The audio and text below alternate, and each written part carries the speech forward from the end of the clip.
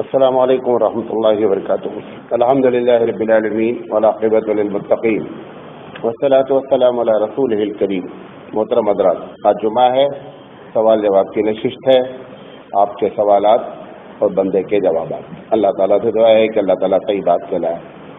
ایک بہت ہی سینسیٹیو سوال آیا ہوا ہے ایک تو کامن لیکن ہے پرابلم والا. پاکستان سے سوال آیا ہوا ہے.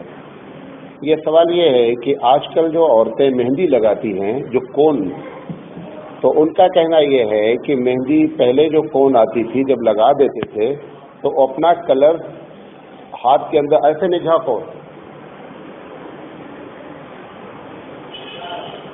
ہاتھ میں جب مہندی لگا دی جاتی تھی تو وہ کلر اپنا چھوڑ دیتی تھی اور خود چھوٹ جاتی تھی. آج کل جو کون آ رہا ہے وہ کلر دیکھنے میں لگتا ہے اور اوپر کچھ نہیں، لیکن 2-3 دن جب پرانی ہو جاتی ہے تو میل کی طریقے سے وہ چھوٹنا شروع ہوتی ہے. اور میں نے بھی اس کا ایکسپیرینس کیا. تو اگر ایسی مہندی ہے تو پھر قطعی طور پر لگانا جائز نہیں ہے، اور یہ بہت سینسیٹیو معاملہ ہے. مردوں کو اس پر خاص توجہ دینی چاہیے کہ اگر وہ کون لگانے کے بعد رنگ چھوڑنے کے ساتھ ساتھ اس وقت نہیں محسوس ہوتا ہے، بعد میں جو پرانی ہوتی ہے تو اگر آپ ایسے سے کھرچیں گے تو اس کے اوپر سے میل کی طرح وہ پپڑی چھوٹ رہی ہے. اگر ایسا چھوٹ رہی ہے تو پھر جتنے دن تک اس نے لگا رکھا ہے ایک بھی نماز نہیں ہوئی، کیونکہ وضو نہیں ہوا اور وضو نہیں ہوگا تو نماز نہیں ہوگی. لہٰذا اس کو عام کریں اس بات کو، اور اس بات کی کوشش کریں کہ ایسے کون کی مہندی نہ لگائی جائے. پوچھا کہ مولانا صاحب میری منگنی ہو گئی ہے، میں کبھی کبھی منگیتر سے بات کر لیتا ہوں، ایسا کرنا چاہتا ہے. دیکھیں، جائز کام کبھی کبھی کرو یا برابر کرو، جائز جائز ہے. جو ناجائز ہے وہ کبھی کبھی کرنے سے جائز نہیں ہو جائے گا. جو منگیتر ہے وہ کچھ بھی نہیں ہے، وہ ابھی کچھ بھی نہیں ہے. ایک عام عورت ہے، عام لڑکی ہے، اس سے بات کرنا گناہ کبیرہ ہے ہر حال میں. پوچھا گیا مولانا صاحب کہ بعض لوگ جمعہ میں خطبہ جب دیتا ہے امام تو تشہد کی حالت میں ایسے بیٹھ جاتے ہیں. کئی مرتبہ جواب اس کا دے چکا ہوں، ایک دم غلط ہے. شرعی لحاظ سے اس کا کوئی ثبوت نہیں، بلکہ مولانا تھانوی رحمۃ اللہ علیہ نے لکھا ہے کہ یہ اغلاط العوام ہے، اور اگر سنت سمجھ کے کر رہے ہیں تو گناہ ہے. کیونکہ حبیب مصطفیٰ صلی اللہ علیہ وسلم نے خطبہ سننے کے لیے کوئی بھی بیٹھک متعین نہیں کی. آپ جیسے بیٹھے بیٹھے رہیں. جو بات منع کی گئی ہے وہ یہ ہے کہ نہ آپ بات کریں، نہ تسبیح پڑھیں، نہ کسی سے کچھ کہیں. یہ اصل سنت ہے. رہا بیٹھنا جو لوگ یہ کر رہے ہیں بے دلیل ہے، اور دیکھا دیکھی دن پر دن یہ چیز بڑھتی جا رہی. اس کو اگر آپ بھی کسی کو دیکھیں تو آپ کو چاہیے کہ آپ اس کو کہیں بعد میں نکل کر کے کہ بھائی یہ ثواب کے چکر میں گناہ نہیں کماؤ، یہ بدعت ہے. کسی کے آدمی کی عادت ہی ویسے بیٹھنے کی ہے تو کوئی مسئلہ نہیں ہے، لیکن اگر وہ سنت سمجھ کر بیٹھ رہا ہے تو ایک دم غلط کر رہا ہے. پوچھا گیا ہے مولانا صاحب، شادی کے موقع پہ ہمارے علاقے میں سکہ باندھتے ہیں یہاں پر، اور اس کا نام امام ضامن دیا جاتا ہے. اس کی شرعی حیثیت کیا ہے؟ دیکھیں، امام ضامن کا مطلب کیا ہوتا ہے کہ آپ کی لائف کی گارنٹی. ضامن کے معنی ضمانت دینے والا. ضمانت لائف کی اللہ تعالیٰ کے علاوہ کوئی نہیں دے سکتا. یہ شرک ہے، اور شرک اکبر ہے. بڑا شرک ہے، چھوٹا شرک نہیں ہے. اور پھر اس کے بعد لکھا ہے کہ وہ پیسہ جب شادی ہو جاتی ہے تو وہ کھول کر کے اس کے سر پر ایسے ایسے گھما کر کے کیا کیا جاتا ہے؟ صدقہ کیا جاتا ہے. وہ جو گھماتے ہیں یہ دوسرا گناہ. کیوں؟ کیونکہ غیروں کا طریقہ اختیار کیا گیا. نہ صدقے کا ثواب ملتا ہے، شرک کا گناہ ملتا ہے، اور غیروں کی عادت کو اختیار کرنے کا گناہ ملتا ہے. لہذا اس کی کوئی شرعی حیثیت نہیں ہے. پوچھا گیا مولانا صاحب الصلاۃ والسلام علیک یا رسول اللہ کہنے میں کیا قباحت ہے؟ اب آج کچھ بھی نہیں ہے، 2 قباحت ہے. دیکھنے میں تو اچھا لفظ ہے. اصل میں بنیادی بات یہ ہے کہ اگر ہم کو یہ معلوم ہو جائے کہ کیا نیکی کے اسٹائل کو یا نیکی کے طریقے کو ہم خود سمجھ سکتے ہیں یا کسی سے سمجھنا ہے. پہلے اگر یہ باتیں ڈکلیئر ہو جائے تو بات کلیئر ہو جائے. اگر یہ ہے کہ صاحب ہم جس کو اچھا سمجھیں وہ بھی اچھا ہو سکتا ہے تو پھر یہ اچھا ہے.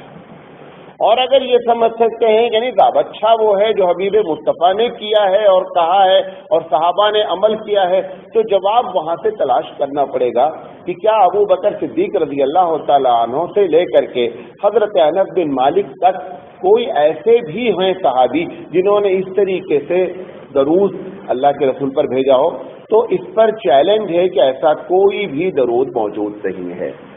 تو پرابلم نمبر 1 یہ ہے۔ دوسری چیز، گرامر کے لحاظ سے جیسے اردو میں ایک لفظ استعمال ہوتا ہے کہ اگر آپ کسی کو پکارتے ہیں اور آپ کو آئیڈیا لگتا ہے کہ یہ میری بات سن لے گا تو آپ اس کو کہتے ہیں اے سنو، لیکن اگر ایک آدمی کال پیس میں بیٹھا ہوا ہے تو اس کو یہاں سے پکار کر آپ اے کر کے نہیں بلا سکتے۔ جو اے لفظ ہے اردو میں یہ حرف ندا ہے، پکارنے کے لیے اردو کا لفظ ہے، ایسے ہی عربی میں یا لفظ پکارنے کے لیے ہے۔ تو گرامر کے لحاظ سے یہ لفظ غلط ہے کیونکہ آپ جس کو پکار رہے ہیں وہ آپ کی بات سن نہیں رہا ہے، زیادہ گرامر کے لحاظ سے بھی غلط ہے۔ اب اگر یہ عقیدہ ہے کہ رسول اکرم ہر وقت ہر جگہ سنتے ہیں تو پھر ایک الگ مسئلہ ہے، لیکن ہمارا عقیدہ یہ ہے کہ قطعی نہیں سنتے، قطعی نہیں سنتے۔ اور ایک دلیل دے رہا ہوں، اللہ کے رسول صلی اللہ علیہ وسلم نے فرمایا کہ جب مجھ پر درود بھیجا جاتا ہے میری قبر کے پاس آ کر کے تو میں خود سنتا ہوں، لیکن جب دنیا میں کہیں بھی درود بھیجا جاتا ہے تو کروڑوں اور اربوں اللہ نے فرشتے ڈیوٹی پر لگا رکھے ہیں جو مجھے لا کر کے درود پہنچاتے ہیں کہ آج فلاں ابن فلاں نے درود بھیجا ہے۔ سوال یہ کہ جب وہ سنتے ہیں تو یہ اربوں کھربوں فرشتوں کو ڈیوٹی لگانے کی ضرورت کیا ہے؟ لہذا وہ قطعی نہیں سنتے ہیں۔ تو گرامر کے لحاظ سے بھی غلط ہے، اور چونکہ نیکی صحابی اور رسول اکرم کی ذات سے جو سرزد ہوتی اسی وہی کو نیکی کہتے ہیں، وہاں سے بھی اس کا کوئی تعلق نہیں ہے۔ اس بنیاد پر اس کے اندر قباحت بیان کی جا سکتی ہے، لیکن اگر کوئی آدمی سمجھ کہتا ہے کہ میں جس کو اچھا کہوں وہ اچھا ہے تو ایسے آدمی سے بحث کرنے سے کوئی فائدہ نہیں ہے۔ آپ جتنی فائل کھولنا چاہیں کھول سکتے ہیں، وہ کمپیوٹر ہے، بہت بڑا ہارڈ ڈسک ہے، آپ کھولتے جائیے فائل۔ پوچھا گیا مولانا صاحب اگر بھائی بہن کو کھیت میں شرعی حصہ نہیں دیتا ہے تو اس میں کی جو پیداوار ہے اس کا کیا حکم ہے؟ حرام ہے۔ اگر بہن کا حصہ نہیں دیا گیا کھیت سے اور کھیت میں جو بھی غلہ پیدا ہو رہا ہے اور بھائی جتنا بھی کھا رہا ہے ڈیلی حرام کھا رہا ہے بہن کا حصہ۔ جیسے آپ اس کی مثال دیتے کہ آپ کسی کی زمین پر ناجائز قبضہ کر لیں تو آپ بھی بولیں گے کہ اس کی پیداوار حرام ہے، ایسے ہی آپ نے بہن کو حصہ نہیں دیا تو بہن کی زمین پر ناجائز قبضہ ہے، لہذا جو بھی کھایا جا رہا ہے اس سے غلہ نکالا جا رہا ہے، ٹوٹل حرام ہے۔ پوچھا گیا مولانا صاحب میں کرائے کے مکان میں رہتا ہوں، مکان مالک مجھ سے کہہ رہا ہے کہ مکان چھوڑ دے، تو کیا حکم ہے اور ایسے مکان میں نماز کا کیا حکم ہے؟ دیکھیں یاد رکھیں، مکان مالک کو ہر وقت یہ اختیار ہوتا ہے کہ اپنے مکان کو خالی کرا لے۔ کرایہ دار کو ہمیشہ تیار رہنا چاہیے کہ مکان مالک جب کہے گا ہم مکان خالی، زیادہ سے زیادہ آپ اپنی ذاتی پرابلم رکھ کر اس سے کچھ مہلت لے لیں، مجھے 2-3 مہینے کی مہلت دیجیے بھائی میں انتظام کر لوں گا، ٹھیک ہے۔ لیکن اگر اس مہلت کے باوجود وہ ہندوستانی قانون کا سہارا لیتا ہے، کیونکہ ہندوستانی قانون میں کیا لکھا ہے کہ اگر مکان مالک کے پاس مکان موجود ہے تب اس کو خالی نہیں کرا سکتا، کرایہ بڑھا دے جو بھی کرے خالی نہیں کرا سکتا ہے۔ اگر اس قانون کا سہارا لے کر کے مکان مالک کے کہنے پر کرایہ دار چھوڑ نہیں رہا ہے تو اس کا رہنا ناجائز ہے۔ اس میں جتنی بھی نماز پڑھی جائے گی ایک نماز بھی قبول نہیں ہو سکتی، جتنی عورتیں وہاں نماز پڑھ رہی ہیں ٹوٹل نماز ایک نماز بھی قبول نہیں ہو سکتی۔ کیوں؟ غصب کی زمین پر نماز قبول ہوتی ہی نہیں ہے۔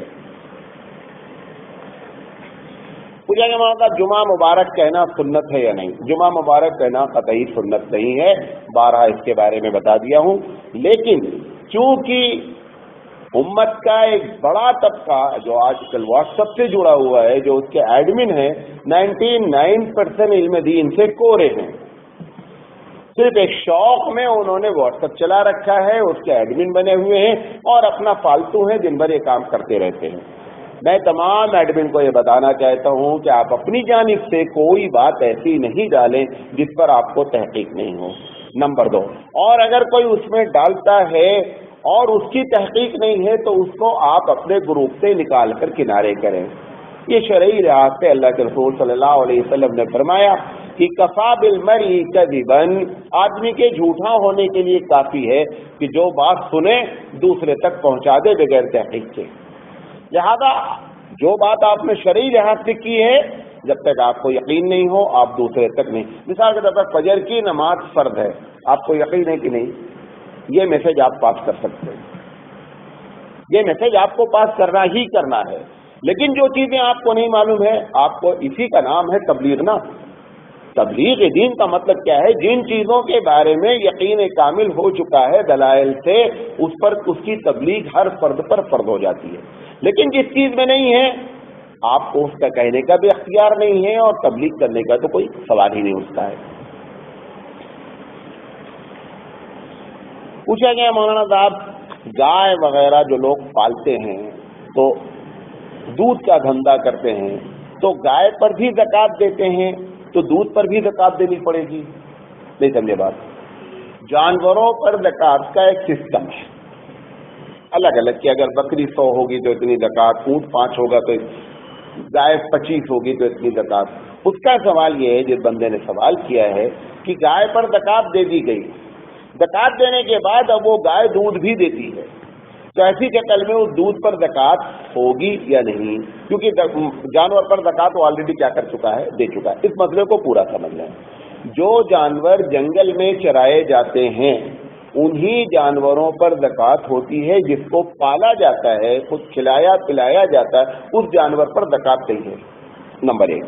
اگر وہ جانور کا دھندا ڈائریکٹ کرتا ہے، مطلب بیل خریدتا ہے، گائے خریدتا ہے اور بیچتا ہے، تو جیسے دنیا کی دوسری چیزیں وہ خریدتا اور بیچتا ہے، اس کے اوپر بھی وہ 2.5% زکوٰۃ دے گا اگر وہ کوالیفائی کر جائے گا تو، نصاب کو پہنچ گیا تو۔ اسی طرح اگر وہ اس نیت سے اس نے خریدا ہے کہ گائے بھینس بھی خرید کے بیچتے رہیں گے اور دودھ کا دھندا بھی کرتے رہیں گے، تو سال بھر میں وہ دیکھے کہ میں نے دودھ میں کتنا کمایا ہے۔ کیسے معلوم ہوگا؟ جو آپ کے ہاتھ میں بچا ہوا ہے یہ آپ کا کمایا بچا خرچہ ہو گیا، چاہے اس کی ذات پر خرچہ ہو گیا جانور کی یا ہماری ذات پر۔ اب پتہ چلا کہ سال کے آخر میں دودھ سے دودھ بکنے کے بعد جو انکم ہوئی ہے، خرچہ پانی نکال کر 1 لاکھ روپے بچے ہیں، لہذا وہ 1 لاکھ روپے کے اوپر زکوٰۃ دینی پڑے گی۔ بات سمجھ میں آ رہی ہے؟ اس طریقے سے زکوٰۃ ادا کی جائے گی۔ پوچھا گیا ہے، USA سے سوال آیا ہوا ہے کہ کیا عورتیں بھو کے بال خوبصورتی کے لیے بنوا سکتی ہیں کہ نہیں؟ میک اپ کرنے میں جہاں تک بات ہے عورتوں کے، اس میں جو چیز منع ہے وہ بنیادی طور پر 2 ہی چیز منع ہے میرے علم کے مطابق۔ ایک تو یہ ہے ایسا میک اپ نہیں کیا جائے جو مردوں سے مشابہ کر دے، یعنی ایسا بال عورت کٹا لے کہ پیچھے سے معلوم ہی نہیں ہو کہ یہ لیڈی ہے یا لیڈا، ایسا بال نہیں کٹا سکتی ہے۔ دوسری چیز جو منع ہے وہ آنکھ کی بھووں کو بنانے کے بارے میں صراحتاً ذکر ہے کہ لعنت ہے اس عورت پر جو آنکھ کی بھو بناتی ہے۔ یہ وہ مرد ہے جو 80% اس وقت مسلم عورتیں انوالو ہیں۔ اور انوالو کیوں ہیں؟ کیونکہ آپ نے شانتی کا ٹیبلٹ کھا رکھا ہے مردوں نے۔ ایسا نہیں ہے کہ وہ جب بناتے تو آپ کو نظر نہیں آتا، آپ کو بھی نظر آتا ہے۔ آپ نے نہ بولنے کی قسم کھا رکھی ہے۔ اس بنیاد پر شوہر، باپ اور بھائی جو گھر کا ذمہ دار ہے، ان کو بھی ویسے ہی گناہ ملے گا جیسے اس کو بنانے کا گناہ ملتا ہے۔ اور عورت کے اندر یہ طاقت اللہ نے نہیں رکھی ہے کہ اگر بھائی، شوہر یا باپ، شوہر کو مائنس کر دے، باپ یا بھائی اگر کہہ دے کہ دیکھو یہ تمہارا جو آنکھ بنا رہی ہے حرام ہے، میں دوبارہ نہیں دیکھنا چاہتا، تو اس کی ہمت نہیں ہے۔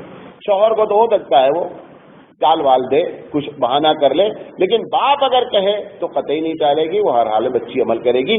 یہ ہماری غلطی کی وجہ سے وہ بیچاری گنہگار میں مبتلا ہو رہی ہے۔ یہ نہیں سمجھیں کہ وہ گنہگار ہے، بلکہ گنہگار ہم بھی ہیں۔ پوچھا گیا مولانا کیا اگربتی کا دھندا کرنا جائز ہے؟ کیونکہ اگربتی لوگ بتوں کے سامنے بھی چڑھاتے ہیں اور قبروں پر بھی چڑھاتے ہیں وغیرہ وغیرہ۔ دیکھیں اصل اس کا مقصد خوشبو پھیلانا ہے، لہذا بنیادی طور پہ جائے جیسے چاقو ہے، چاقو کی فیکٹری والا اس نیت پہ چاقو لگائے کہ مرڈر کرنے کے لیے چاقو بنائے جاتے ہیں، اب فیکٹری لگانا حرام ہے۔ اس نے نیت کی ہے کہ میں چاقو بناتا ہوں، لوگ اپنی ضرورت کے لیے سبزی پھل کاٹیں گے، اب جا کر کے تم گلا کسی کا کاٹ دو اور فیکٹری کے اوپر اسلامی لحاظ سے کیس کر دو کہ تم اگر چاقو نہ بناتے تو گلا نہیں کٹتا، لہذا اسلام ایسی پالیسی نہیں۔ اگر وہ صرف اور صرف وہی مقصد کے لیے ہوتی کہ صرف اگربتی جلائی جاتی ہے بت کے سامنے یا قبروں پر، تب تو اس کا دھندا کرنا ناجائز ہوتا تھا۔ یہ خوشبو مقصد ہے، اب آپ غلط استعمال کر رہے ہیں تو غلط استعمال کرنے والے کو اس کا گناہ ملے گا۔ مجھے مولانا صاحب وہ حدیث بتا دیجئے پلیز، یا صحابی کے عمل سے دلیل دے دیجئے جس میں مردے کے دفنانے کے بعد اذان دیتے ہیں۔ ہم سے ایک اہل حدیث نے دلیل مانگی ہے۔ بھائی دیکھو، جس نے بھی دلیل مانگی ہے وہ اہل حدیث ہو یا کوئی بھی ہو، حدیث موجود نہیں ہے۔ تم نے اتنا پلیز لگا دیا ہے، پلیز لگا کر کے حدیث کو انجیکشن سے پیدا نہیں کر سکتے، یا پلیز لگانے سے حدیث پیدا نہیں ہو جاتی۔ اللہ کے رسول صلی اللہ علیہ وسلم اور صحابہ کا عمل قطعی نہیں ہے جنازے کے بعد، دفنانے کے بعد اذان دینے کا۔ جو لوگ بھی کر رہے ہیں وہ لاجک جو بھی پیش کریں، اس میں سے ایک بڑی لاجک پیش کی جاتی ہے کہ رات شیطان بھگایا جاتا، وہاں شیطان آتا ہی نہیں، فرشتہ آتا اندر۔ جتنا تو بدنام ہوگا اتنا زیادہ پکڑے گا، کیونکہ وہ وہیں موجود ہے۔ شیطان آتا ہی نہیں، حدیث میں شیطان کا ذکر ہی نہیں ہے۔ ٹوائلٹ میں شیطان آتا ہے، حدیث میں ہے۔ آپ دعا پڑھتے کیا؟ اللہم انی اعوذ بک من الخبث والخبائث، وہاں پہ شیطان ہے۔ اگر منطقی لحاظ سے اذان دینی چاہیے تو ٹوائلٹ جانے سے پہلے اذان دینے کا، تاکہ بھاگ جائے، میں اندر چلا جاؤں وہ باہر ہو جائے، کیونکہ وہ اندر موجود ہے۔ لہذا اس قسم کی باتیں لاجیکلی پیش جب بھی کریں گے آپ، نتیجہ کیا نکلے گا کہ آپ پھنسیں گے۔ تو شریعت میں اس کی کوئی دلیل نہیں ہے، وہ اہل حدیث نے مانگا ہو یا کسی نے مانگا ہو، آپ سرنڈر ہو جائیے۔ جن صاحب نے بھی سوال کیا ہے کہ بھائی حدیث موجود نہیں ہے، لیکن ہم نے طے کر رکھا ہے جو حدیث میں موجود نہیں وہی کرنا ہے، یہ کہہ کر کے اپنی جان بچا لو۔ یہ نہیں کہو کہ ہم حدیث پر عمل کریں، بلکہ یہ کہو بھائی ہم تو وہ کرنا ہے جو رسول نے نہیں کیا، تم کو پسند ہے تو ٹھیک، نہیں پسند اس پہ کوئی اعتراض نہیں۔ بات سمجھ رہے؟ پوچھا گیا مولانا صاحب ایک سوامی کے بارے میں، ایک مسلمان یہ کہتا ہے کہ سوامی صاحب جو بھی کہہ دیتے ہیں وہ ہو جاتا ہے۔ اگر ایسا ایک مسلمان عقیدہ رکھتا ہے جو کہ شرک اکبر ہے، سوامی صاحب نے جا کے کہہ دو کہ آج بارش ہو جائے، جیسے کر دیں، جو کہتے ہو جاتا ہے۔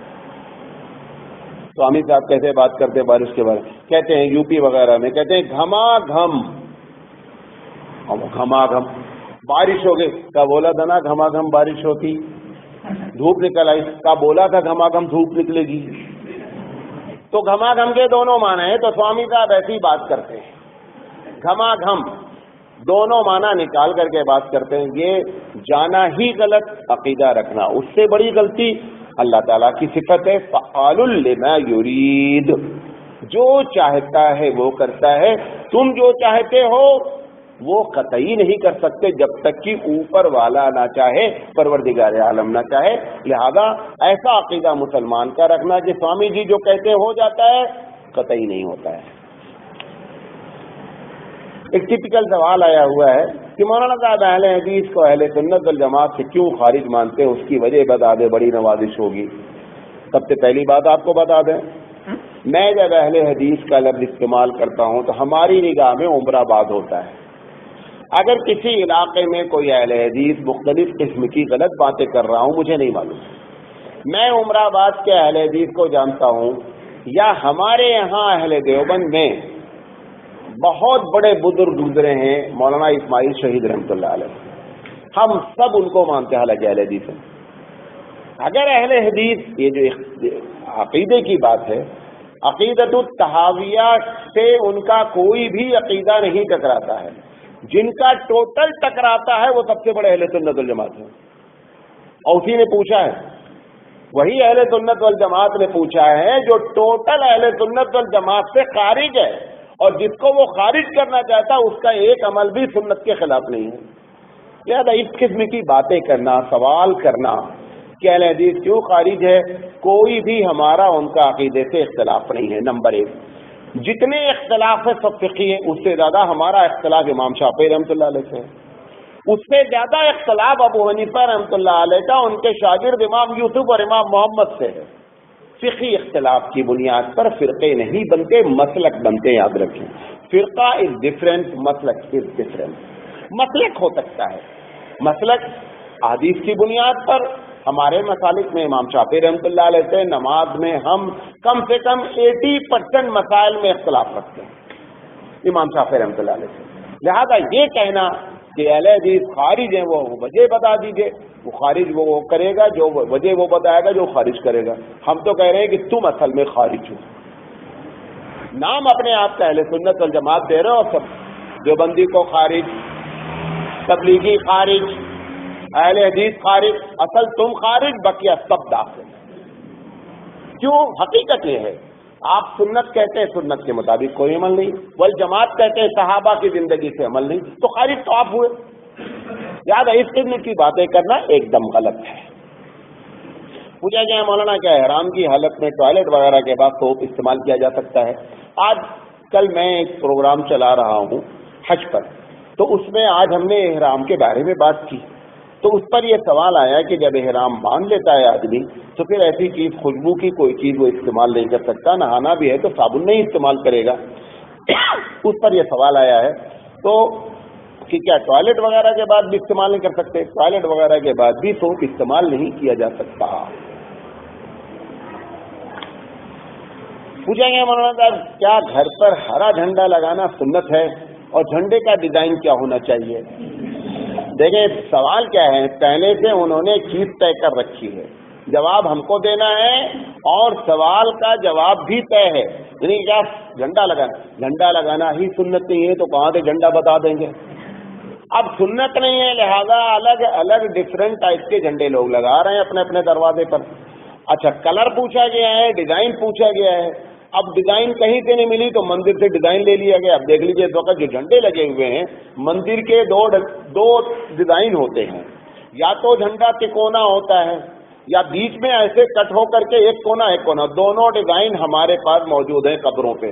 خیر دونوں برابر ہی ہیں، مندر اور قبر میں کوئی خاص فرق نہیں ہے، ڈیزائن جہاں سے لیا گیا ہے ٹھیک ہی لیا گیا ہے، سنت سے اس کا کوئی تعلق نہیں ہے، نہ جھنڈا لگانا سنت ہے اور نہ شریعت میں کوئی جھنڈے کی ڈیزائن بیان کی گئی۔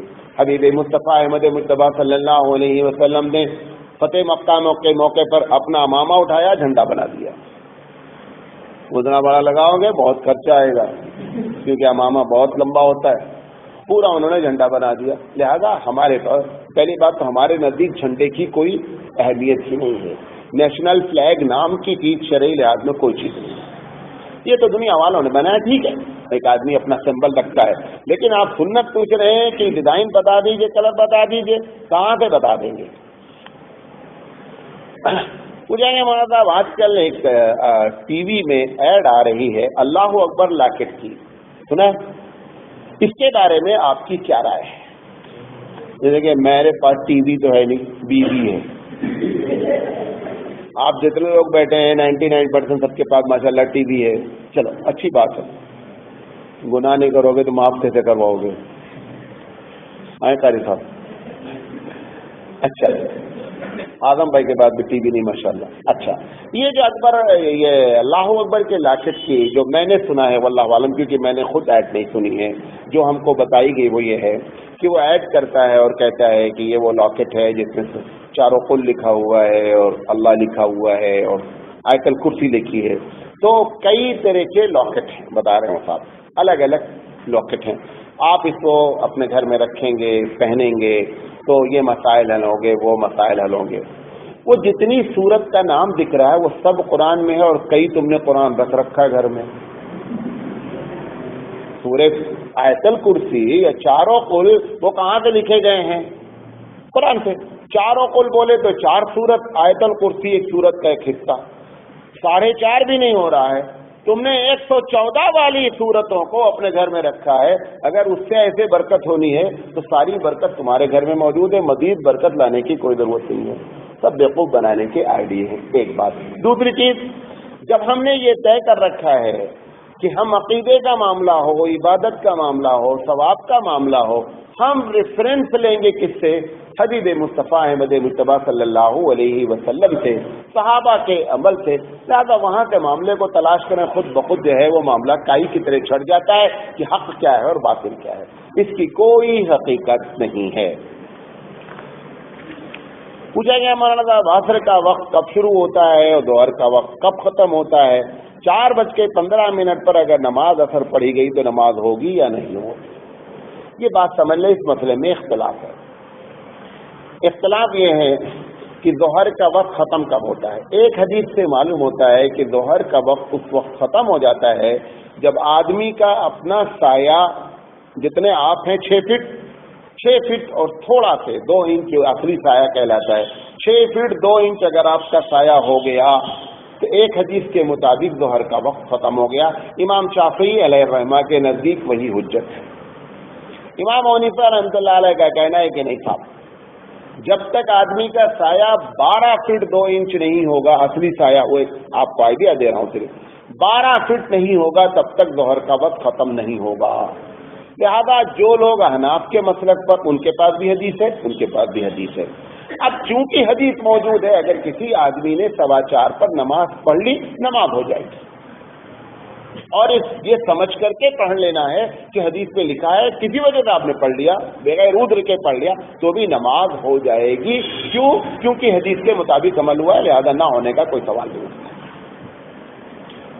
آپ ریکویسٹ یہ ہے کہ دوسرے والے کو غلط نہ کہیں کہ تم جو ڈبل کر رہے ہو وہ غلط ہے، وہ بھی غلط کر رہا ہے، یہ نہیں کہنا چاہیے، لیکن نماز ہو جائے گی.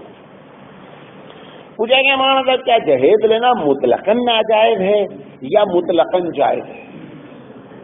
مطلقاً سمجھتے ہیں یعنی ہر حال میں جائز ہے، اگر یہ ہے تو یہ بتا دیجئے، ہر حال میں ناجائز ہے تو یہ بتا دیجئے. دونوں میں سے کچھ بھی نہیں. مطلقاً جائز کا فتویٰ بھی نہیں دے سکتے.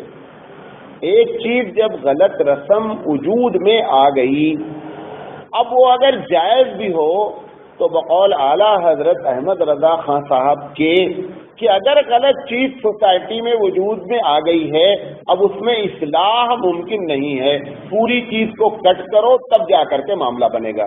لہٰذا جائز ناجائز کی بات کہنے کے بجائے چونکہ جہیز ایک بری طریقے سے سوسائٹی میں گرفت پکڑتی جا رہی ہے، لہذا اس کو اکثر نو پوری طور پہ ختم کیا جائے، اس لحاظ سے کہ رسم ختم کرنا ہے. رہا یہ کہ اگر کسی نے لے لیا ہے اور مانگا نہیں ہے اس نے، تو یہ بھی فتویٰ نہیں دے دیا جائے گا کہ اس نے ناجائز کام کیا. یہ نہیں کہہ پائیں گے کہ اس نے گناہ کیا ہے. لیکن تیسرے نمبر پر اگر اس نے یا تو مانگا ہے یا مانگنے کی اندر سے نیت رکھا ہے، مثال طور پر ایک لڑکی کا رشتہ آیا، اندر کسی نے بتایا دے گا یہ مولانا صاحب یہ کچھ بھی نہیں دیتے ہیں، ذرا ہوشیار رہنا ہے. مانگتا نہیں ہے مولانا صاحب سے کہ تقریر میں بول دیں گے اگر مانگیں گے تو. اندر اس کی تمنا یہ ہے کہ کرنا وہاں ہے جہاں پہ مال ملنا ہے، ایسی شکل میں اس کو ہر حال میں گناہ ہونا ہے. اور اگر مانگ لیا ہے تو 2 گناہ ہوگا. ایک تو بھکاری بننے کا گناہ ہوگا، کیونکہ بھیک مانگنا شریعت میں خود ناجائز ہے، ایک تو اس کا گناہ ہوگا، اور دوسری چیز جس نے اس کو دیا اس نے طیب خاطر نہیں دیا، لہذا وہ ہدیہ نہیں ہوا، یہ بھی گناہ ہوا، تو اس لحاظ سے ہی گناہ ہو جائے گا. پوچھیں گے کیا عورتیں بغیر محرم کے سفر کر سکتی ہیں؟ میں اس لیے یہ سوال کر رہا ہوں کیونکہ میں گلف میں رہتا ہوں، اور یہاں پر چھٹیوں میں جب چھٹیاں ہوتی ہیں بچوں کی تو مائیں اپنے بچوں کے ساتھ پاکستان، انڈیا، بنگلہ دیش جاتی ہیں اور ان کے ساتھ کوئی محرم نہیں ہوتا ہے. دیکھیں وہ گلف ہو یا کہیں بھی ہو، شریعت کی ایک پالیسی ہے، کوئی بھی عورت 80 کلومیٹر سے اوپر کا سفر بغیر محرم کے نہیں کر سکتی. اگر سفر کر رہی ہے تو گنہگار ہر حال میں. سیدھی سی ایک بات ہے، جہاں بھی اس کا سفر مسافر بنی وہ اور اکیلے رہی ہر حال میں گنہگار ہوگی، چاہے وہ حج کرنے جا رہی ہو یا عام نارمل سفر کر رہی ہو، ہر حال میں گنہگار ہوگی اگر اس کا محرم موجود نہیں ہے. محرم ہے، مثال کے طور پر لڑکا محرم ہے، عمر 5 سال ہے لڑکے کی، محرم ہو اور بالغ ہو، محرم ہو اور بالغ ہو تب گنہگار نہیں ہوگی. لوگ کہتے ہیں سفر بہت آسان ہو گیا. ابھی حال کی بات بتائیں، ہمارے گھر میں خود ہوا. وہ فلائٹ کینسل ہو گئی، وہ فلائٹ بامبے سے دبئی سے بامبے آئی، بامبے سے ہبلی آنے کے بجائے دوسرے اس کو گوا بھیج دیا، گوا سے پھر بس کے ذریعے وہ بیلگام آئی، بیلگام سے پھر اب پورے دن وہ صاحبہ روتی رہیں۔ یہ پرابلم ہو جاتی ہے جب شرعی معاملہ پھنس جاتا ہے، تب معلوم ہوتا ہے کہ شریعت نے جو محرم کی قید لگائی ہے اس کی، حالانکہ ان کے ساتھ محرم بھی تھا، اس کے باوجود پریشان ہو گئی، لہذا بغیر محرم کے سفر کرنا ناجائز ہے۔ مجھے یہ معلوم تھا کسی نے بیوی کا دودھ پی لیا تو کیا نکاح ٹوٹ جاتا ہے؟ اس کا کئی مرتبہ بتا چکا ہوں کہ نکاح سے اس کا کوئی تعلق نہیں ہے۔ نکاح کیوں ٹوٹنے کی لوگ بات کہتے ہیں، مطلب یہ ماں بن جاتی ہے۔ کوئی بھی کسی بھی عورت کا دودھ پی لے گا ماں نہیں بنتی ہے جب تک کہ وہ اس بچپن کے ایج میں نہ ہو۔ بچپن کا ایج کیا ہے؟ 2 سال کے اندر اندر دودھ پیے گا وہ اس کی رضائی ماں کہلائے گی، بچہ نکاح نہیں ٹوٹتا۔ لیکن یہ میں نہیں کہنا چاہ رہا ہوں کہ پیتے رہو، یہ معنی نہیں، کیونکہ فوراً دوسرا معنی لوگ نکال لیتے ہیں کہ مولانا نے تو کہہ دیا نکاح نہیں ٹوٹتا ہے، لہذا تو ایسا نہیں کریں۔ اس کو لوگوں نے لکھا ہے حرام ہے، وہ دودھ کیا ہے؟ حرام ہے اس کے لیے، لیکن نکاح نہیں ٹوٹتا ہے۔ مجھے کیا مانا تھا، آج کل لوگ ہاتھ میں فرینڈ شپ کے نام کا دھاگا اور بیلٹ باندھتے ہیں، اس کی شرعی حیثیت کیا ہے؟ باندھتے نا؟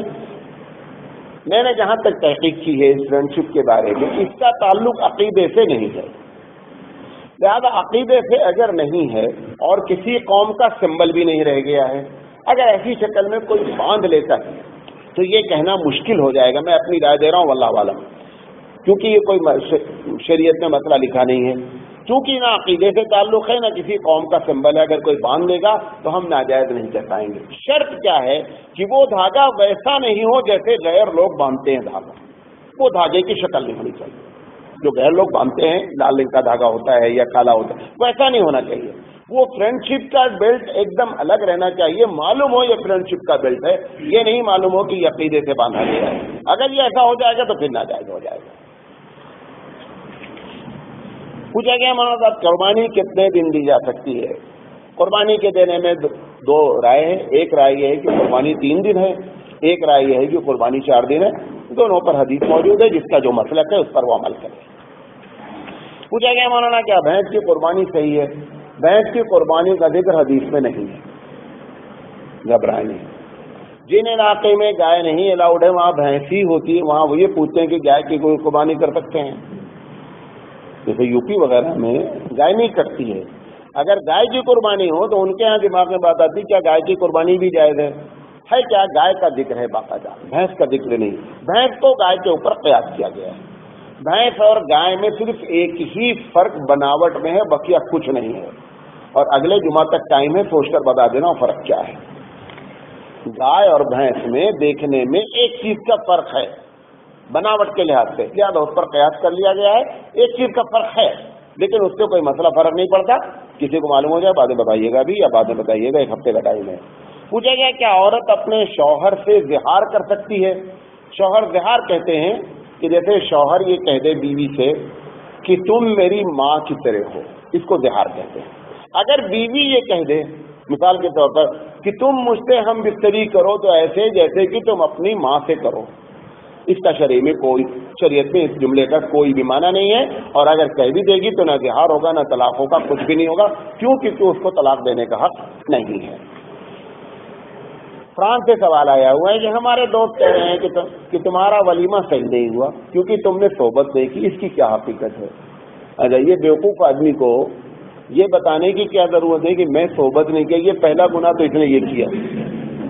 حدیث میں صراحتاً ذکر ہے کہ آدمی اس قسم کی باتیں اس کی بیوی کے راز کو نہیں بیان کرے، تو پہلا کام تو تم نے یہ کیا کہ یہ راز کھولا اپنے دوست سے، اب دوست نے صحیح فتویٰ دے دیا اٹھا کر کے، فتویٰ تو صحیح پھر بھی نہیں ہے، بتا رہا ہوں کہ تم کو ٹیس اتنے دیا گیا کہ تم نے غلطی کی، شریعت کی مخالفت کرو گے تو ایسے حالات ہوں گے۔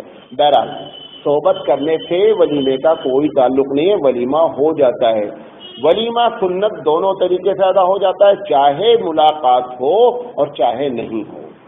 مثال کے طور پر ایک جیسے بعض لوگ آج کل جماعت والے کر دیتے ہیں کہ وہ نکاح کا کھانا ہی کیا بولتے ہیں، لڑکا میری طرف سے کر لیتا ہے اور لڑکی سے ملاقات بعد میں ہوتی ہے، لہذا وہ کھانا بھی ولیمہ کہلائے گا۔ اللہ کے رسول صلی اللہ علیہ وسلم سے دونوں طریقے کے واقعات ثابت ہیں، لہذا ولیمہ صحیح ہو جائے گا۔ یہ جو دوستوں نے اپنے طور پہ مشہور کر رکھا ہے، یہ توریت کا مسئلہ نہیں ہے، یہ اوریت کا مسئلہ ہے۔ اوریت کا مسئلہ جانتے ہیں نا؟ جو نہیں جانتے بعد میں پوچھ لیں واٹس ایپ پہ۔ لہذا اس کا اس سے کوئی تعلق نہیں۔ جاپان سے سوال آیا ہوا ہے کہ میں ایک جاپانی لڑکی سے شادی کی ہے، اس کا بوائے فرینڈ تھا، تو کیا ہمارا نکاح صحیح ہوا یا نہیں؟ اگر اس بنیاد پر کہہ دیا جائے گا نکاح نہیں صحیح ہوا تو 50% جاپان کے علاوہ لوگوں کا بھی صحیح نہیں ہوگا۔ لہذا چونکہ اس بوائے فرینڈ سے نکاح نہیں ہوا تھا، لہذا جو بھی اس کے تعلقات تھے اس سے کوئی فرق نہیں پڑتا۔ آپ سے شرعی لحاظ سے نکاح ہوا ہے، نکاح ہو گیا ہے، وہ جو بوائے فرینڈ سے جو بھی تعلق تھا اس سے توبہ کرے، وہ الگ مسئلہ ہے۔ بہرحال نکاح میں کوئی فرق نہیں پڑا، نکاح ہو جائے گا۔ پوچھیں گے مولانا صاحب کیا چھوٹے بچوں پر بھی جادو وغیرہ ہو سکتا ہے؟ ایک دم ہو سکتا ہے، اگر بڑوں پر ہو سکتا ہے تو چھوٹوں پر بھی ہو سکتا ہے۔ پوچھیں گے مولانا صاحب مسافہ کتنے ہاتھ سے کرنا چاہیے؟ لیکن اس میں بھی مسئلے میں اختلاف ہے۔ بہرحال ہمارے نزدیک یہ ہے کہ مسافہ 2 ہاتھ سے کرنا چاہیے۔ ایک بات، مسافہ ایک ہاتھ سے جو لوگ کہتے ہیں، حدیث ان کے پاس بھی ہے، حدیث کا معنی نکالتے ہیں، لیکن ہماری جو دلیل ہے احناف کی کیا ہے، اس میں تقریباً 3 ائمہ شامل ہیں، ان کا کہنا یہ ہے کہ ایک ہاتھ سے مسافہ کرنے سے دوسری قوم کی مشابہت بھی آتی ہے۔ لہذا اس بنیاد پر جو لوگ 2 ہاتھ سے مسافہ کی بات کرتے ہیں ان کی دلیل بھی ہے ان کے پاس، اور دوسری قوم سے مشابہت بھی نہیں ہے، لہذا 2 ہاتھ سے مسافہ میرے نزدیک بنسبت ایک ہاتھ کے زیادہ افضل ہے اور صحیح ہے۔ پوچھیں گے مولانا صاحب نماز شکرانے کی شرعی حیثیت کیا ہے؟ دیکھیے نماز شکرانہ اگر اس معنی میں ہے کہ اللہ میرا یہ کام ہو جائے گا تو میں 2 رکعت نماز پڑھوں گا، تو یہ حقیقت میں نظر ہے اور نظر شریعت پہ جائز ہے۔ اگر اس نے نظر نہیں مانی ہے اور ایک آدمی کا کوئی کام ہو گیا اور خوش ہو کر کے وہ 2 رکعت نماز پڑھ رہا ہے تو یہ سمجھ کر نہیں پڑھے کہ جب کام ہو جائے تو 2 رکعت نماز پڑھنی چاہیے، بلکہ خوشی میں وہ اللہ کا شکر ادا کر رہا ہے تو کر سکتا ہے، نماز کے ذریعے بھی کر سکتا ہے، صدقہ نکال کر کے بھی کر سکتا ہے، اور غریبوں کی مدد کر کے بھی کر سکتا ہے، کسی بھی شکل میں کر سکتا ہے، روزہ رکھ کر کے بھی کر سکتا ہے۔ لیکن یہ کہ ڈائریکٹ یہ کہنا شکرانے کی کوئی نماز، شریعت میں شکرانے کے نام سے کوئی نماز نہیں ہے۔ کینیڈا سے سوال آیا ہوا ہے، ایک بہن کا سوال ہے کہ مولانا صاحب مجھے پیریڈ آتا ہے اور اس بار 3 دن سے زیادہ آیا ہے، تو کیا وہ بقیہ جو دن ہے زیادہ آئے ہیں وہ بھی پیریڈ میں مانے جائیں گے کہ نہیں مانے جائیں گے؟ یہ اصل میں کیا مسئلہ ہے عورتوں بیچاریوں کا کہ ہمارے جو شوہر لوگ ہیں نا ان کو مسئلہ معلوم نہیں ہے۔ اگر شوہروں کو مسئلہ معلوم ہو تو وہ بیویوں کو صحیح بتائیں۔ اچھا اب ہمارے شرم کے شوہر بھی نہیں پوچھتے ہیں اور بیویوں کو مسئلہ، تو ایک بڑی تعداد اس میں کیا کر رہی ہے، کنفیوژن بھی ہے اور غلط بھی کرتی ہے۔ انہوں نے اور بھی لکھا ہے، بہن نے لکھا ہے کہ مولانا پلیز تفصیل سے بتائیں۔ میں مختصراً بات بتا دیتا ہوں پالیسی کے طور پر۔ دیکھیں کم سے کم مدت امام حنیفہ رحمۃ اللہ علیہ کے نزدیک 3 دن ہے۔ 3 دن سے کم اگر بلیڈنگ ہوتی ہے تو یہ بیماری ہے، پیریڈ نہیں کہلائے گا۔ Number 1 policy. زیادہ سے زیادہ مدت اس کی 10 ہے، اگر 10 سے 11 ہو رہا ہے تو گویا کہ 11واں دن بیماری ہے، پیریڈ نہیں ہے۔ نمبر 1 بات۔ نمبر 2، اگر ایک عورت کی 1 مہینے کی عادت تھی، جیسے انہوں نے لکھا ہے کہ میری عادت 3 دن کی تھی، اس بار 5 دن ہو گیا، تو اس کا مطلب اب سمجھ لیا جائے گا کہ عادت بگڑ کر 3 دن سے 5 دن ہو گئی۔ اگر یہ عادت بگڑ کر کے 3 کے بجائے 11 دن ہو جائے، 10 نہیں 11 دن ہو جائے، تو یہ سمجھا جائے گا کہ اصل اس کی عادت 3 ہی دن تھی، 8 دن یہ جو گزرے ہیں یہ بیماری کے گزرے ہیں۔ لیکن اگر 3 دن سے 5 دن ہوئی، 7 دن ہوئی، 10 دن ہوئی، 10 دن تک وہ سمجھے گی کہ میں گویا پیریڈ میں ہوں۔ لیکن اگر 11ویں دن آ گیا تو اس کا مطلب یہ ہے کہ اس نے جو 3 سے لے کر کے 7 دن کی نماز چھوڑی ہے، اس نماز کی قضا اس کو کرنی پڑے گی۔ اس کا اصل ٹائم وہی 3 ہی دن ہے۔ بات میں سمجھا پایا؟ لہذا اسی طریقے سے اس کو یاد رکھنا چاہیے۔ واللہ اعلم بالصواب۔ پوچھا گیا اگر حج کسی نے حرام پیسے سے کیا تو کیا حج ادا ہو جائے گا؟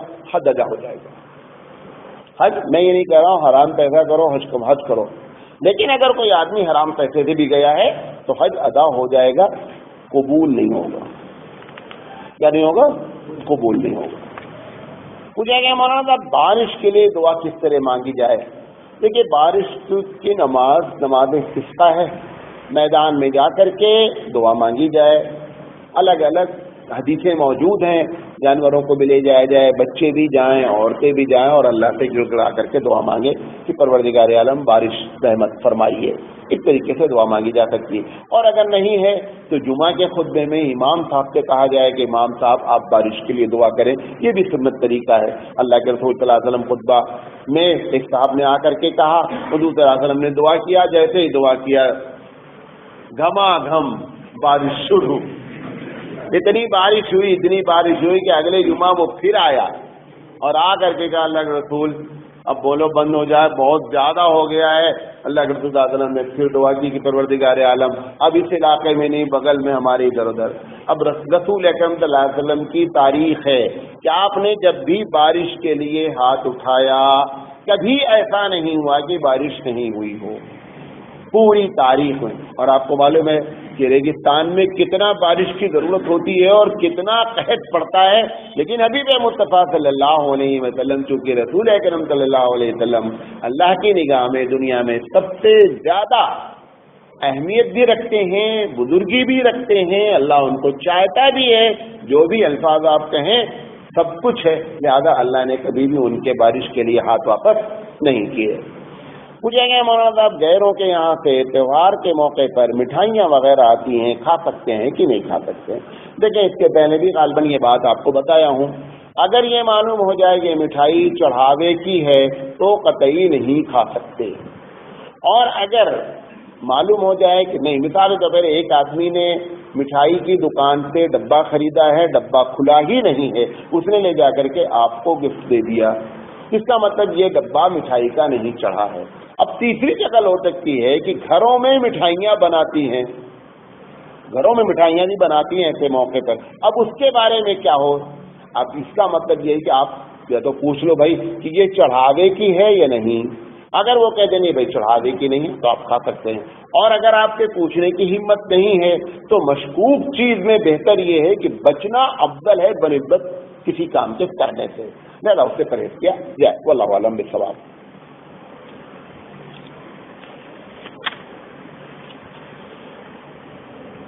پوچھیں گے ہمارا اگر گھر کا کرایہ غلط پیسے سے پے کیا جائے تو اس گھر میں نماز ہو جائے گی؟ نماز ہو جائے گی، نماز ہو جائے گی، نماز سے کوئی مطلب نہیں. پوچھا گیا صدقہ کس کو دینا صحیح ہے؟ جس کو بھی زکوٰۃ دی جا سکتی ہے ان سب کو صدقہ دیا جا سکتا ہے، نمبر ایک.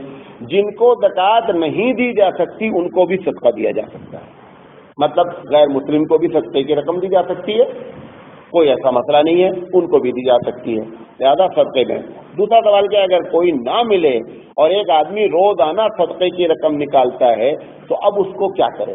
جب ایک آدمی روزانہ صدقہ نکالنے کا عادی ہے اور 1 روپے 2 روپے ڈبے میں ڈال رہا ہے، ڈیلی اس کا دینا کوئی ضروری نہیں ہے. جب وہ پیسہ جمع ہو جائے لے جا کر کے کسی غریب کو دے دے جس کو آپ مناسب سمجھتے قریب ہے. لیکن وہ جو آپ ریوڑی کے طرح مسجد کے سامنے بانٹتے ہیں نا، وہ غریب میں نہیں شمار ہوتا ہے. غریب آپ کو تحقیق کرنی پڑے گی، وہ تم سے زیادہ اکاؤنٹ اور بینک بیلنس رکھتے ہیں. پوچھیں گے مولانا صاحب اگر گورنمنٹ بیوہ کو پینشن دیتی ہے تو کیا لینا جائز ہے کہ نہیں؟ جائز ہے لینا.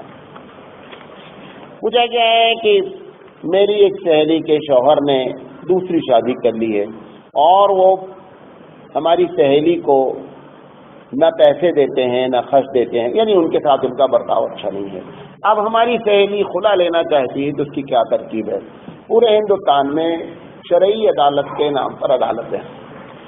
سب سے پہلے تو اگر جماعت والوں نے کرایا ہے جو جدھر کی ان کو جا کر کے اپنے مسئلے کو رکھیں کہ بھائی یہ شوہر ہمارے ساتھ ایسا کر رہا ہے. ان کو چاہیے کہ اس کی تصدیق کریں اور تصدیق کرنے کے بعد اگر ہو جائے تو شوہر سے کہیں آپ اس کو طلاق دے دیں. یہ خلا لینا چاہتی ہے، خلا لے لیں. تو شوہر کو چاہیے کہ خلا کا اختیار دے دے کہ بھائی ٹھیک ہے آپ. اور اگر جماعتیں موجود نہیں ہیں تو ایسی شکل میں پھر شرعی عدالتیں موجود ہیں ہر علاقے میں. اب یہ دلی کا کیس ہے، دلی سے سوال آیا ہوا ہے. دلی میں جو شرعی عدالت موجود ہے وہاں جا کر کے اپنے مسئلے کو رکھیں، وہ شوہر کو بلائیں گے اور بلانے کے بعد فیصلہ کروا دیں گے. پوچھا گیا مولانا جس کے اوپر قربانی فرض ہے اگر وہ خود نہ کر کے اپنے گھر والوں کے نام قربانی کرے تو اس کی قربانی ادا ہو جائے گی؟ قطعی ادا نہیں ہوگی. جس کے اوپر قربانی فرض ہے اس کو خود قربانی کرنا ہے. جب آپ لوگ کہتے ہیں اچھا ابا کے نام کرا دیتے ہیں، امی کے نام، اپنے نام قربانی فرض ہے وہ نہیں، ابا کو امی کو کرا رہے ہیں، ابا امی کے نام کرانے سے تمہاری قربانی فرض نہیں ہوتی. جیسے بہت سے لوگ ہیں ہمارے اوپر حج فرض ہو گیا ہے، نہیں میری امی نے حج نہیں فرض کیا، لہٰذا نہیں کیا، میں کیسے جاؤں؟ امی کے نے نہیں کیا، امی کا مسئلہ، تمہارا مسئلہ، تم کو حج کرنا فرض ہے پہلے. یہ ثبوت پر نہیں ہے کہ میں بہت فرما بردار ہوں، امی ابو کو حج کراؤں گا پھر، اور اس سے پہلے تم کو اٹھا لیا گیا تو کیا کرو گے؟ حج تو ایسا تو ہے نہیں کہ چلو اس سنڈے تم کر لو اگلے سنڈے ہم کر لیں گے، ایسا تو نہیں ہے نا، ایک سال کا معاملہ ہے. لہٰذا اگر اس سال سے پہلے اگر آپ اڑ گئے تو کیا بنے گا معاملہ؟ لہٰذا جس کے اوپر فرض ہے اس کو حج کرنا چاہیے. پوچھا گیا مولانا موچھ کس طرح کی رکھنی چاہیے؟ اللہ کے رسول صلی اللہ علیہ وسلم نے موچھ کے بارے میں ایک بات فرما دی، کف الشوارب، کہ لوگوں پانی پینے والے بالوں کو کاٹو. یہ حدیث ہے، اسی سے ملتی جلتی حدیث ہے کہ موچھ پست کرو، داڑھی بڑھاؤ. لہذا جیسی بھی موچھ آپ رکھنا چاہیں رکھ سکتے ہیں.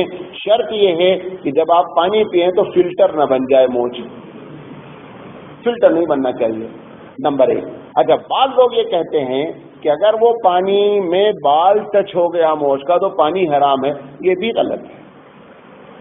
کیونکہ بال کے گرنے سے پانی ناپاک نہیں ہوتا ہے. یہ الگ بات ہے کہ ایسا نہیں ہونا چاہیے، اللہ کے رسول نے منع کیا، لیکن جو فتویٰ ہم دے رہے ہیں کہ پانی حرام ہو جاتا ہے وہ غلط بات ہے. پانی حرام ہونے کی کوئی دلیل ہمارے پاس موجود نہیں ہے. لہذا موچھ رکھنا کیسا ہے؟ چھوٹی موچھ رکھیں وہ بھی جائز، بڑی موچھ رکھیں جو پانی میں نہ آئے وہ بھی جائز، منڈا لیں وہ بھی جائز، لیکن سنت سمجھ کر منڈائیں نہیں، کیونکہ اللہ کے رسول نے کبھی منڈایا نہیں ہے موچھ. اس بات کو یاد رکھیں.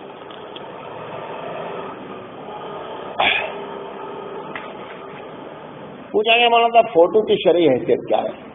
اس وقت جو فوٹو کی شرعی حیثیت اب تک ہے وہ یہ ہے کہ فوٹو جائز نہیں ہے، شوقیہ ضرورتاً جائز ہے. شوقیہ جائز نہیں ہے، ضرورتاً جائز ہے. بعض لوگ انہوں نے پوچھا ہے کہ بعض لوگ اپنی فوٹو بعض پیچھے بیک گراؤنڈ اسلامی کوئی چیز کبھی مکہ مدینہ کی تصویر کو لے کر کے اپنی خود تصویر بنا لیتے ہیں، اور وہ اگر ایسا کر رہے ہیں جس فوٹو کا جو حکم ہوگا اس سے اس کا کوئی فرق نہیں پڑے گا کہ اس کی وجہ سے جائز ہو جائے نہ ہو جائے نہ جائے. اگر وہ نہ جائز ہو تو نہ جائز ہو، چاہے پیچھے مکہ مدینہ لگا لو، جو بھی لگا لو.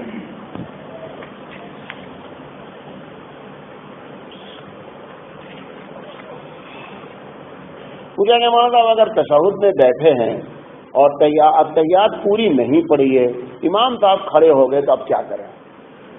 ایسا نہیں ہوگا کہ امام صاحب اور آپ کے درمیان میں 2-4 منٹ کا فرق ہو جائے گا.